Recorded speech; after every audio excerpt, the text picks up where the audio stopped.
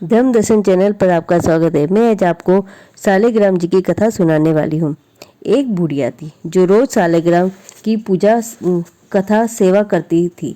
कार्तिक का महीना आया। बुढ़िया ने सोचा कि मैं पूरे महीने पुष्कर नहा कर आ जाऊँ, लेकिन सालिग्राम जी किसे देकर जाऊँ।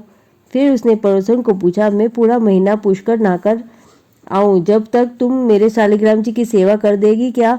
पड़ोसन ने कहा कि मुझे सेवा पूजा आती नहीं है, लेकिन आप कहोगे तो जैसे सेवा पूजा कर लूंगी। बुढ़िया पड़ोसन को कहा, सुबह जल्दी उठकर स्नान करना, तालाब की तीर को लोटा भर कर लाना, बगीचे से फूल माला लाकर मेरे सालिग्राम जी को कच्चा दूध व पानी से स्नान करवाना, चंदन तिलक लगवाना, फूल तुलसी चढ़ाना। तेरे घर पर बहुत ही गाय है, मेरे सालिग्राम जी को दूध का भोग लगाना। इतनी सेवा बताकर बुढ़िया तो पुष्कर स्नान करने चली गई। दूसरे दिन पड़ोसन सुबह जल्दी उठकर बोली कि चलो सालिग्राम जी की सेवा करें।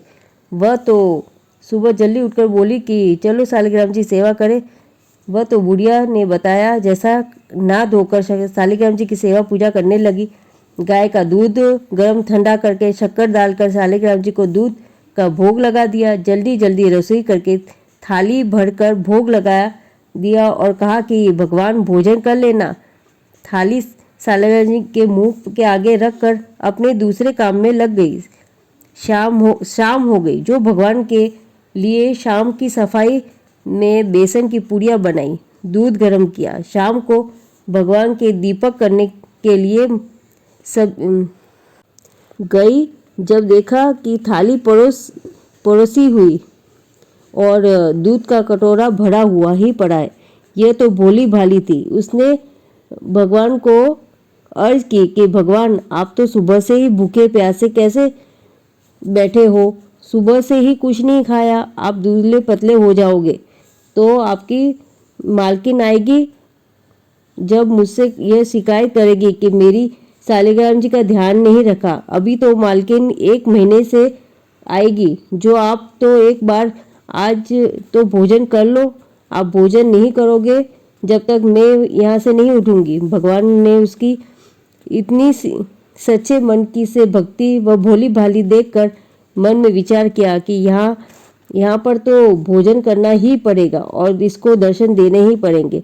वह विचार करके ही मोट मुकुट पीताम्बर धारी रूप लेकर पाटे पर भोजन करने के लिए बैठ गए और दूध का कटोरा घट घट पी गए। भगवान तो अब रोज भोजन कर लेते व दूध पी लेते। एक दिन भगवान ने पड़ोसन से कहा कि मैं तेरी गाय आज चराने के लिए जाऊं। पड़ोसन बोली कि कहीं आप महीना भर में तो मेरे पास रहो, किस लिए गाय चराने जाओ। लेकिन भगवान तो माने भी नहीं। वे रोज हाथ में सोने की लकड़ी और कंधे पर हीरा मोती का दुपट्टा ओढ़कर गाय चराने के लिए जाते थे।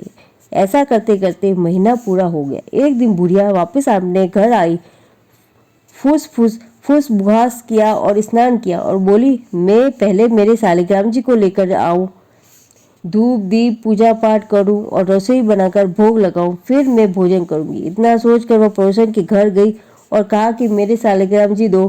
वह पड़ोसन बोली कि सालिग्राम जी तो गाय चराने के लिए गए हैं, अभी आ जाएंगे, तब लेकर चले आ जाना। बुढ़िया मन में ही समझ गई कि ये मेरे सालिग्राम जी को वापस देना नहीं चाहती, इस कारण झूठ बोल रही है। बुढ़िया पड़ोसन को खूब खरी खोटी सुना रही थी। दोनों में लड़ाई झगड़े और तू मैं हो गई। तो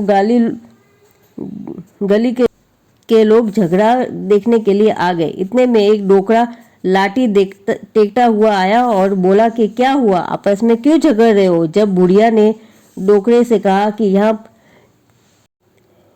पड़ोसन मेरे सालिग्राम जी को दे ही नहीं रही और ऊपर से कह रही है कि यह तो गाय चराने के लिए गए हैं, गाय चराने आ जाए तब लेकर चले जाना। सालिग्राम जी कभी गाय चराने के लिए जाते हैं क्या? एकदम झूठ बोल रही है। जब डोकरे ने उस बुढ़िया से कहा कि 1 महीने से सालिग्राम जी इसके पास है, तो अब कह रही है कि शाम तक गाय चराकर आ जाएंगे तब लेके जाना, क्या शाम तक रुक नहीं सके? यह क्या झूठ बोल रही है? ठीक है भाई। डोकरी की चली नहीं, वह अपने घर चली गई और शाम होने का इंतजार करने लगी। शाम पड़ते ही भगवान शालिग्राम जी गाय चरा कर लेकर घर आ गए। गाय तो बाड़े में छोड़ दी और अपने कमरे में जाकर पाटे पर विराजमान हो गए। शाम पड़ते ही बुढ़िया भी आई और पड़ोसन को बोला कि आए क्या मेरे शालिग्राम जी। पड़ोसन बोली, हाँ आ गए, ले जाओ आपके शालिग्राम जी, वह अंदर बैठे हैं। वह बुढ़िया जो पहले इतनी बहस टू टू मैं कर रही थी, अब आश्चर्य किया कि और पड़ोसन को पूछा कि क्या सचमुच ये तुम्हारी गाय चरा कर लाते थे। जब पड़ोसन बोली, हाँ मासा मैं क्या करूं, झूठ बोल रही हूँ। जब बुढ़िया पड़ोसन की क्षमा मांगी और कहा कि तुमने सच्चे मन से भोग लगाया, धूप दीप पूजा पाठ किया, इसलिए तुम्हें प्रत्यक्ष दर्शन किए और भक्तों के घर आकर चाकरी की, तुम धन्य हो हे शालिग्राम जी। भगवान उसे मोर मुकुट पीताम्बर गले में मोतिया का दुपट्टा पहनकर रूप दिखाया। वैसा ही सभी को सास ससुर बहुओं देरानी जेठानी ननंद भाभी को कथा कहते हुए सुनते हुए और हुकारा देने वाले बताने वाले सभी को ऐसे ही दर्शन देना। जय शालिग्राम जी।